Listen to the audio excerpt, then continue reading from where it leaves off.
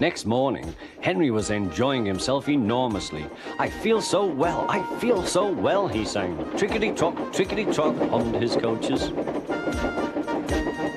Then he saw some boys on a bridge. "Peep, peep, hello," he whistled. "Oh!"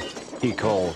The boys didn't wave and take his number. They thought it fun to drop stones on him instead. "They've broken our glass! They've broken our glass!" sobbed the coaches. The passengers weren't hurt, but they were cross. "Call the police." "No," said the driver. "Leave it to Henry and me." "What will you do?" they asked. "Can you keep a secret?" "Yes, yes." "Well then," said the driver, "Henry is going to sneeze at those boys."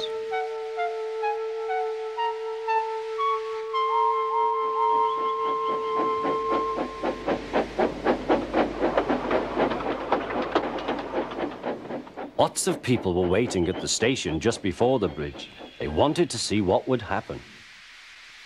"Henry has plenty of ashes," said the driver.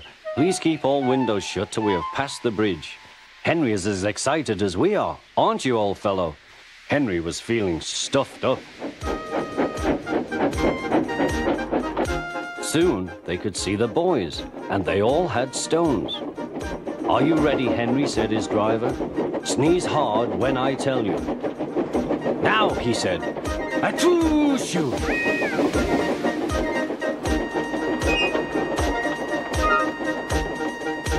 "Well done, Henry," laughed his driver.